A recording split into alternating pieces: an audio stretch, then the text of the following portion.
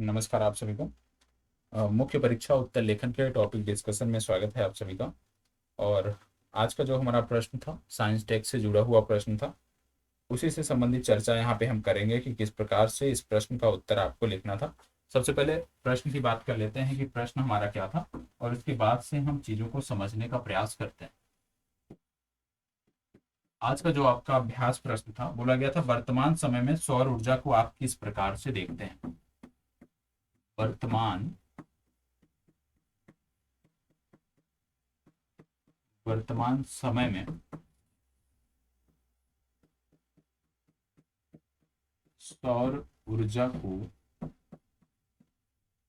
सौर ऊर्जा को आप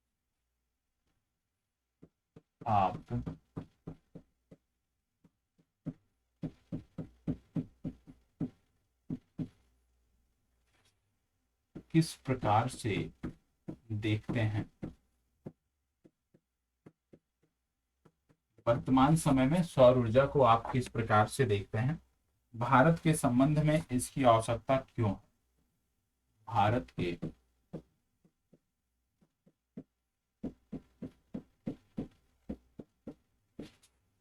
संबंध में इसकी आवश्यकता क्यों है।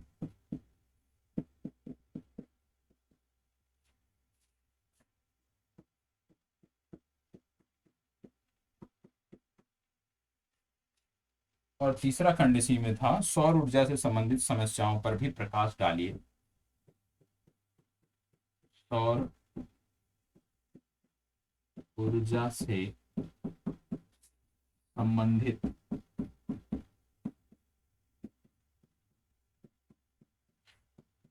समस्याओं पर भी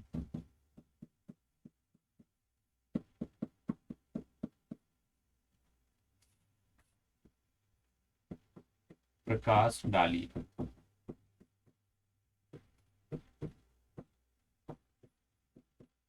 ठीक है, वर्तमान समय में सौर ऊर्जा को किस प्रकार से देखते हैं, भारत के संबंध में इसकी आवश्यकता क्यों है, सौर ऊर्जा से संबंधित समस्याओं पर प्रकाश डालिए। सबसे पहले हमारी जिम्मेदारी होती है कि जब भी हम किसी प्रश्न को देखते हैं तो प्रश्न को कम से कम 2 से 3 बार हमें अनिवार्य रूप से पढ़ना, क्योंकि जब 2 से 3 बार हम पढ़ते हैं तो प्रश्न में पूछा क्या जा रहा है यह चीजें हमारी स्पष्ट हो जाती हैं। प्रश्न जब हम पढ़ते हैं, वर्तमान में सौर ऊर्जा को आप किस प्रकार से देखते हैं, भारत के संबंध में इसकी आवश्यकता क्यों है, सौर ऊर्जा से संबंधित समस्याओं पर प्रकाश डालिए। प्रश्न पढ़ने के बाद आपको ये पता चल रहा होगा कि ये जो पूरा का पूरा प्रश्न है ये 3 भागों में बटा हुआ है। 3 भागों में बटा हुआ है, जिसमें पहले भाग में क्या बोला जा रहा है कि किस प्रकार से देखते हैं आप सौर ऊर्जा को, सौर ऊर्जा को आप किस प्रकार से देखते हैं।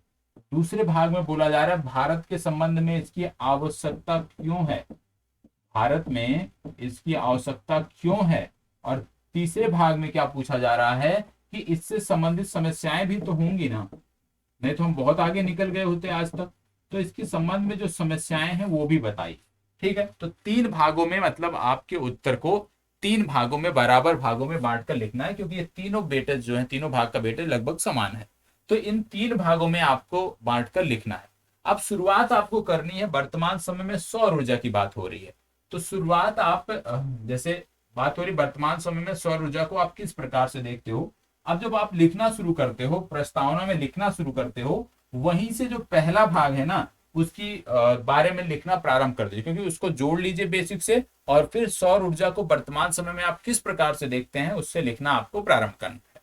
सौर ऊर्जा की जब आप बात करते हैं तो आप जानते हैं सौर ऊर्जा ऊर्जा का वह रूप है जो हमें सूर्य से प्राप्त होती है, सूर्य से प्रकाश के रूप में हम उसको प्राप्त करते हैं। ठीक है, सूर्य से प्राप्त जो ऊर्जा है वो सौर ऊर्जा कहलाती है, इसमें कोई डाउट किसी को नहीं होना चाहिए। आप जानते हैं कि सौर ऊर्जा जो है वो मौसम और जलवायु को परिवर्तित करती है। जहां पे सूर्य तप ज्यादा होता है मौसम अलग प्रकार का होता है, जहां पे सूर्य तप कम होता है मौसम अलग प्रकार का होता है। तो कहीं ना कहीं जो सौर ऊर्जा है वो मौसम और जलवायु को प्रभावित करने वाले प्रमुख कारकों में विद्यमान है, प्रमुख कारकों के रूप में देखा जाता है। सौर ऊर्जा सूर्य से प्राप्त होती है। आप जानते हैं सूर्य से प्राप्त होने वाला जो विकिरण है, जो सूर्य से हमें विकिरण प्राप्त होता है, जिसको सूर्य तप भी आप कह सकते हो, तो जो सूर्य से प्राप्त होने वाला विकिरण है उसी को विभिन्न उपलब्ध तकनीकों द्वारा हम क्या करते हैं, उसी को हम कन्वर्ट करते हैं ऊर्जा में, सौर ऊर्जा में उसी को हम कन्वर्ट करते हैं। ठीक है, अब ये जो तकनीकें कौन कौन सी हैं यदि हम बताएं, सौर ऊर्जा तकनीकें कौन कौन सी हैं, तो सौर ऊर्जा तकनीकों में वर्तमान समय में दो प्रकार की तकनीकें देखी जा रही हैं। एक है सोलर थर्मल और दूसरा देखने को मिलता है सोलर फोटोवोल्टिक।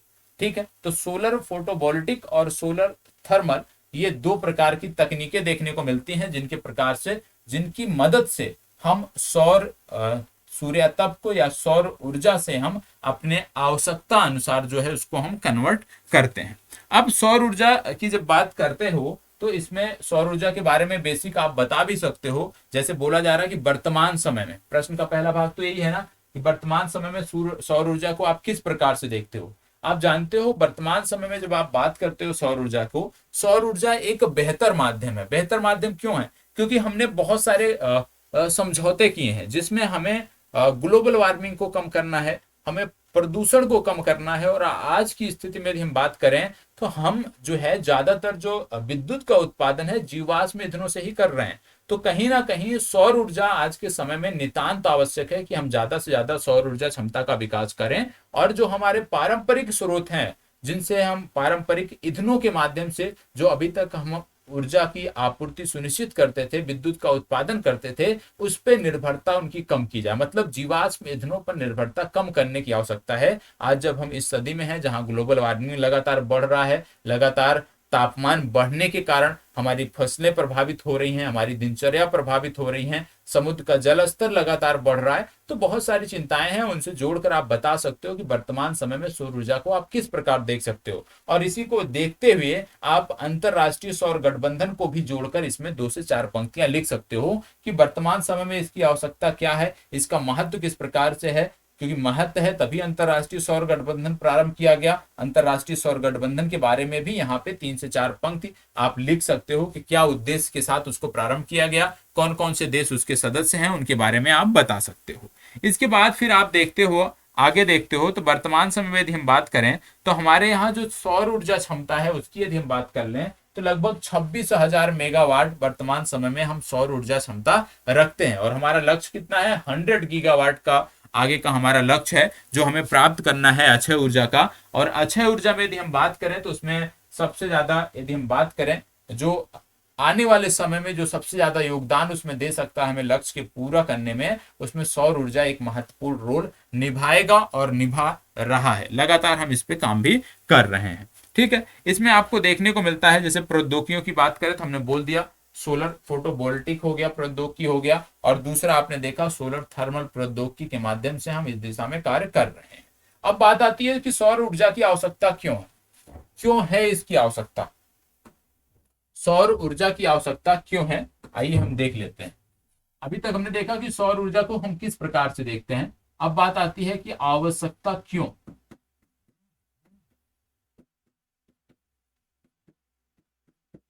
आवश्यकता क्यों, आवश्यकता क्यों की जब आप बात करते हो कि इसकी आवश्यकता हमें क्यों है, सौर ऊर्जा की हमें आवश्यकता क्यों है, क्यों हम जीवाश्म से हटना चाहते हैं, क्यों हम सौर के अलावा हम अन्य किसी विकल्प पे भी तो जा सकते हैं, हम विंड एनर्जी पे जा सकते हैं। ठीक है, लेकिन हम सौर ऊर्जा की हम बात क्यों कर रहे हैं? तो सबसे पहली बात आप जानते हैं ऊर्जा सुरक्षा की बात आती है।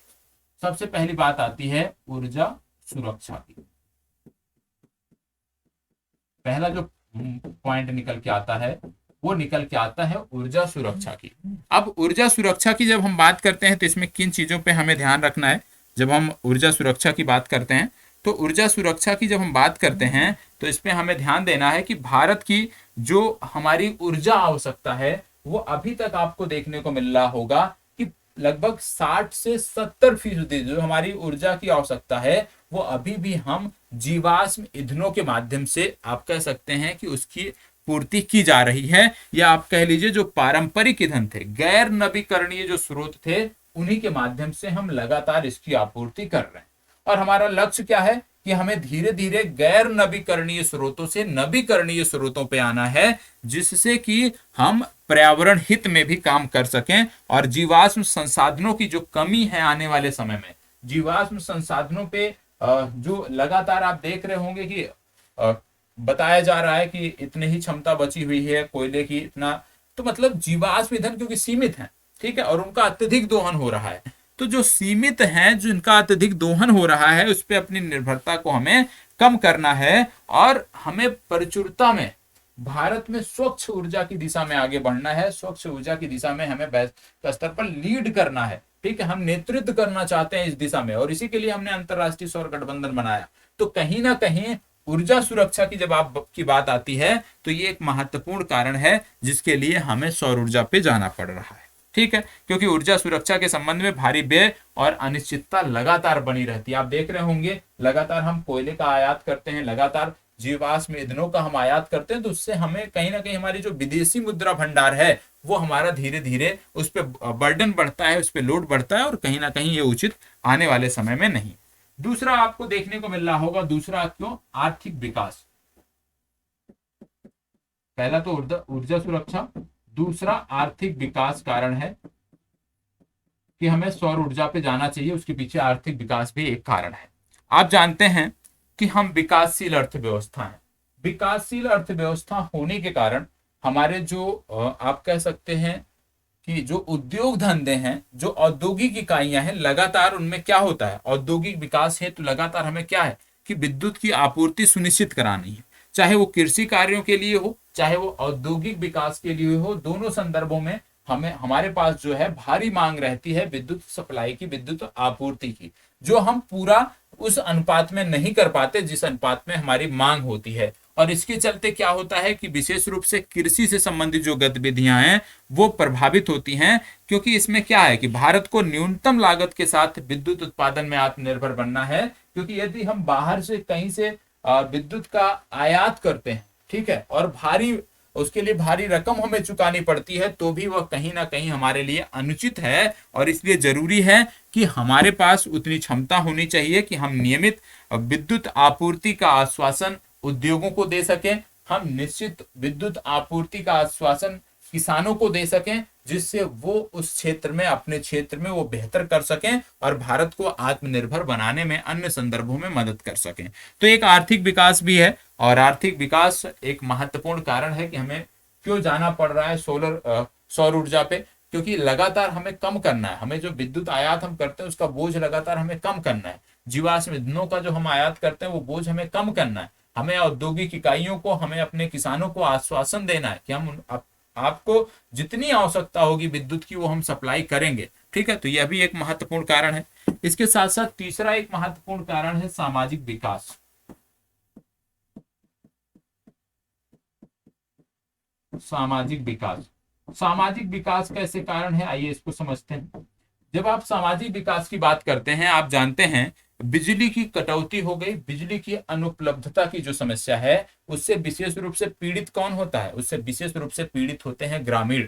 जो हमारे ग्रामीण क्षेत्र हैं वहां में उनके मानव विकास में रुकावट आती है, बच्चों की पढ़ाई में रुकावट आती है, बहुत सारी समस्याएं हैं। तो बिजली की अनुपलब्धता से सबसे ज्यादा प्रभावित होते हैं ग्रामीण क्षेत्र, और ग्रामीण क्षेत्र जब प्रभावित होते हैं तो उनका मानव विकास प्रभावित होता है और उनमें रुकावट आती है। और अधिकांश ऊर्जा जरूरतों को जो है आप जानते हैं ग्रामीण क्षेत्रों में यदि हम बात करें तो बहुत कम दर पे दिया जाता है, न्यूनतम शुल्क पे दिया जाता है। और जब हम विद्युत की आपूर्ति सुनिश्चित नहीं कर पाते ग्रामीण क्षेत्रों में, तो उसी के लिए उनको अंधेरे से निजात दिलाने के लिए, अंधेरे से उनको राहत देने के लिए हम अलग से, आप जानते हैं, सब्सिडी के द्वारा मिट्टी के तेल का भी वितरण करते हैं, विशेष रूप से ग्रामीण क्षेत्रों में केरोसिन द्वारा, जिसका व्यय जो है वो सरकार करती है, और कहीं ना कहीं वो सरकारी व्यय पे दिया जाता है और उससे हमें बहुत नुकसान होता है। तो कहीं ना कहीं हमें सौर ऊर्जा पे कार्य करना है, बेहतर कार्य करना है, ज्यादा से ज्यादा क्षमता विकसित करनी है, क्योंकि इसमें एक बार लागत आनी है और ये नवीकरणीय स्रोत है। तो इसके माध्यम से हम जब ज्यादा से ज्यादा विद्युत का उत्पादन करेंगे, हमारी लागत कम होगी, हम कम दाम में, कम मूल्य पर ग्रामीण क्षेत्रों में दे सकेंगे। ग्रामीण क्षेत्रों में जहां पे अभी विद्युत की उपलब्धता हम सुनिश्चित नहीं कर पाते 24 घंटे, वहां भी देंगे, उनका भी मानव विकास होगा और अन्य चीजें भी बेहतर होंगी। इसके साथ साथ आती है पर्यावरणीय चिंता।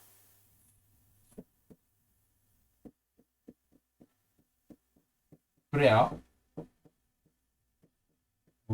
चिंता, पर्यावरणीय चिंता।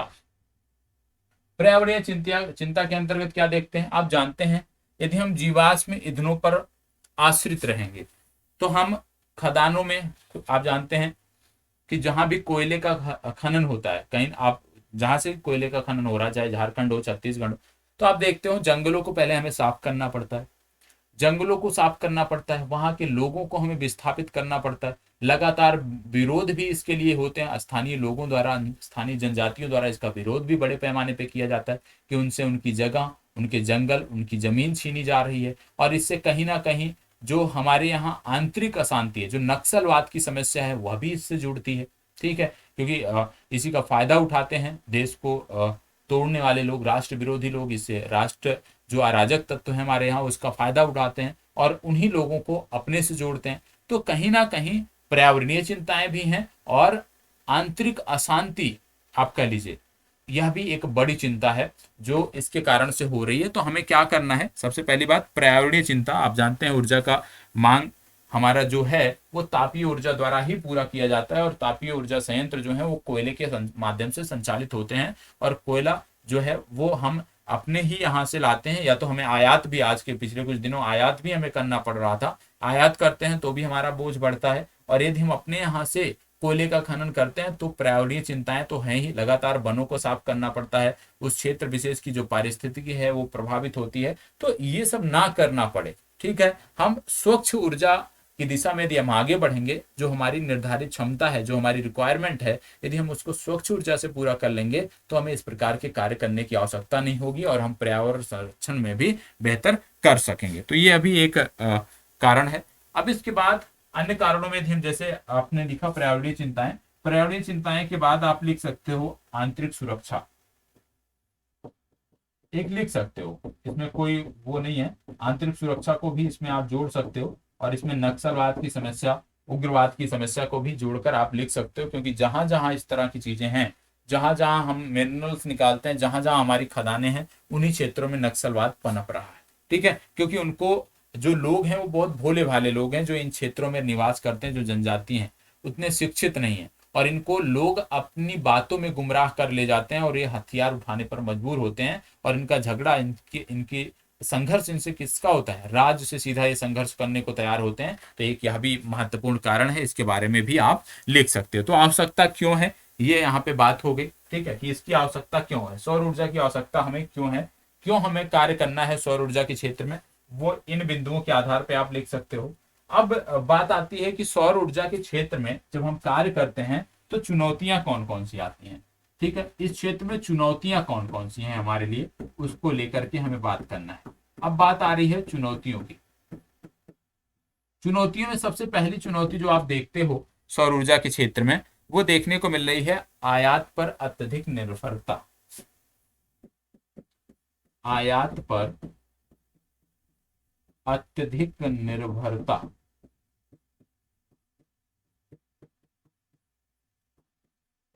आयात पर अत्यधिक निर्भरता एक महत्वपूर्ण चुनौती है जब हम सौर ऊर्जा की दिशा में कार्य करना चाहते हैं या कार्य करते हैं। क्यों? क्योंकि भारत के पास ना तो पर्याप्त मॉड्यूल है और ना ही पीवी सेल निर्माण क्षमता है।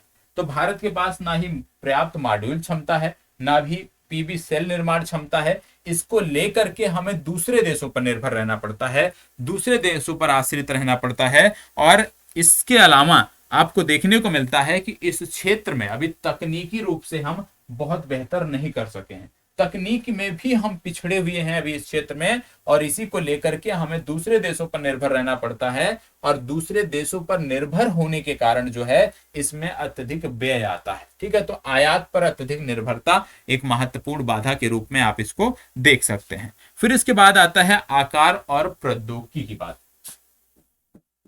दूसरा देखने को मिलता है आकार एवं प्रौद्योगिकी की बात।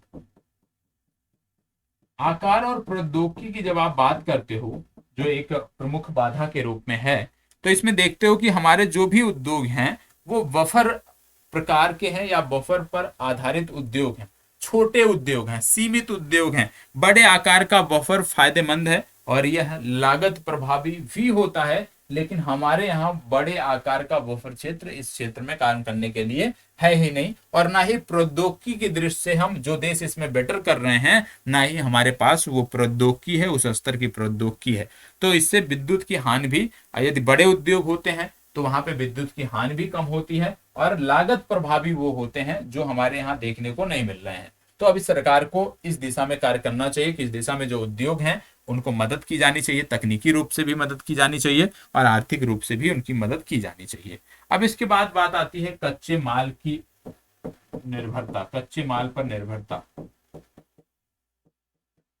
कच्चे माल पर निर्भरता, कच्चे माल पर निर्भरता की जब आप बात करते हैं तो आपको देखने को मिलता है सबसे महंगा कच्चा माल जो है वो सिलिकॉन वेपर, इसमें जो प्रयोग किया जाता है सबसे महंगा जो कच्चा माल है उसको बोला जाता है सिलिकॉन वेफर। क्या बोला जाता है? Silicon wafer, silicon wafer. और ये जो सिलिकॉन वेफर है इसका निर्माण भारत में नहीं होता है, ठीक है। या वर्तमान में हम देखें तो 100% जो सिलिकॉन वेफर्स है और लगभग 80% सेल का हम आयात करते हैं। 100% सिलिकॉन वेफर्स और 80% सेल का हम आयात करते हैं। और ऐसी स्थिति में जब 100% कोई प्रोडक्ट हम आयात करते हो या 80% आयात करते हो तो इसके अलावा बहुत सारी अन्य भी समस्याएं हैं, जैसे विद्युत से संपर्क स्थापित करने के लिए चांदी और एल्युमिनियम धातु के पेस्ट जैसे अन्य जो कच्चे माल हैं उनका लगभग हम 100% आयात करते हैं। कहने का मतलब है कि इस क्षेत्र में बैटरी बनाने को लेकर के, सौर ऊर्जा को विद्युत ऊर्जा में कन्वर्ट करने को लेकर के जो भी आधारभूत जरूरतें हैं, जो भी आधारभूत, चाहे वो तकनीकी की जरूरत हो, चाहे वो कच्चे माल की जरूरत हो, वो सभी हम अभी तक 100% आयात पर निर्भर हैं और इस पर हमें ध्यान देना होगा। एक बड़ी बाधा के रूप में है कि यदि हम इस दिशा में बहुत तीव्र गति से आगे बढ़ना भी चाहें तो भी हम बढ़ नहीं सकते, क्योंकि हमारे संसाधन सीमित हैं और सीमित संसाधनों के बल पर हम उतनी तेजी से आगे नहीं बढ़ सकते जब तक हम स्वयं इसमें हम आत्मनिर्भर ना हो, या स्वयं कम से कम 50% का उत्पादन हम स्वयं से ना करने लगे, 50% इससे जुड़ी हुई जो वस्तुएं हैं उसका निर्माण भारत में ना होने लगे, तब तक इस दिशा में हम बहुत तेजी से आगे नहीं बढ़ सकते हैं। इसके बाद आप जानते होंगे, ये तो हो गया इस प्रश्न की बात कि इस प्रश्न में 3 फैक्ट पूछे गए थे, 3 आप कह सकते हो महत्वपूर्ण यहाँ पे प्रश्न थे इसमें जुड़े हुए, जिसमें पहला था वर्तमान समय में सौर ऊर्जा को आप किस प्रकार से देखते हैं, उसको हमने देख लिया कि हम सौर ऊर्जा को किस प्रकार से देखते हैं। दूसरा हमने देखा कि भारत के संबंध में इसकी आवश्यकता क्यों है, और भारत के संबंध में इसकी आवश्यकता क्यों है उसके बारे में बिंदुवार हमने चर्चा किया कि भारत के संबंध में सौर ऊर्जा आवश्यक क्यों है। तो ऊर्जा सुरक्षा की दृष्टि से, आर्थिक विकास की दृष्टि से, सामाजिक विकास की दृष्टि से, पर्यावरणीय चिंताएं जो इसमें हैं हमारी, जो अभी तक हम जीवाश्म ईंधनों पर हम आश्रित हैं, और आंतरिक सुरक्षा की दृष्टि से ये हमने देखा। फिर हमने देखा कि यदि हम इस दिशा में कार्य करना चाहते हैं तो क्या क्या चुनौतियां हैं।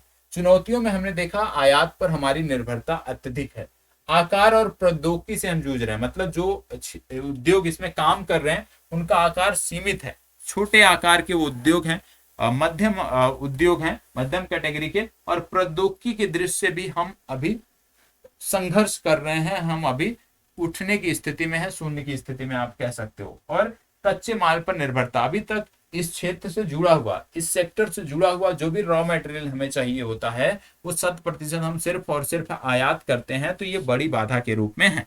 ठीक है, अब ये तो सारी चीजें हो गई।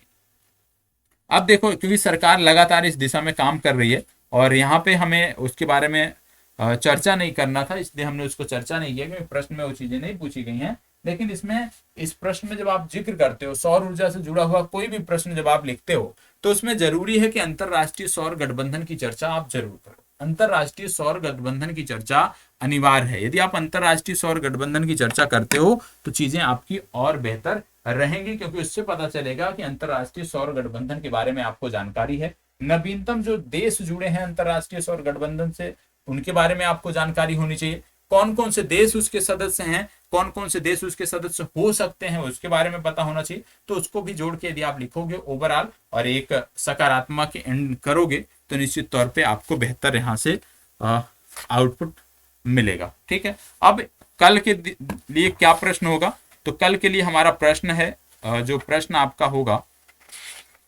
मैं कल के प्रश्न को भी बता देता हूं।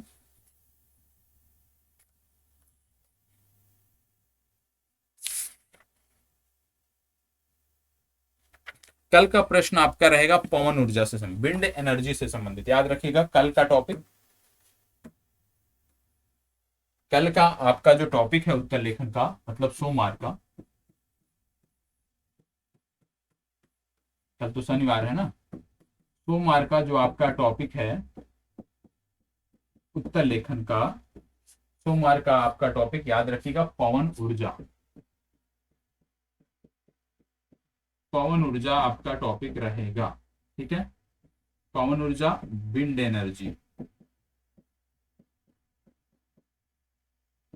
ठीक है, विंड एनर्जी आपका टॉपिक रहेगा। इसको कंप्लीट करके आप आइएगा सोमवार को, इसको कंप्लीट करके मिलिएगा, और तब हम चीज़ों को और अच्छे तरीके से प्रयास करेंगे बढ़ाने का आगे। ठीक है, चलिए धन्यवाद, बहुत बहुत आभार। अच्छा लगा है डिस्कशन तो प्लीज़ ज़रूर कमेंट बॉक्स में बताइएगा, और जो भी डिस्कशन आपके छूटे हुए हैं, ठीक है, वो भी आपको क्रमवार अब उपलब्ध करा दिए जाएंगे, जो भी पहले छूटे हुए होंगे। और अब जो भी प्रश्न आपका होगा उससे संबंधित डिस्कशन प्रयास यही रहेगा कि सेम डे में आपको उपलब्ध कराया जाए।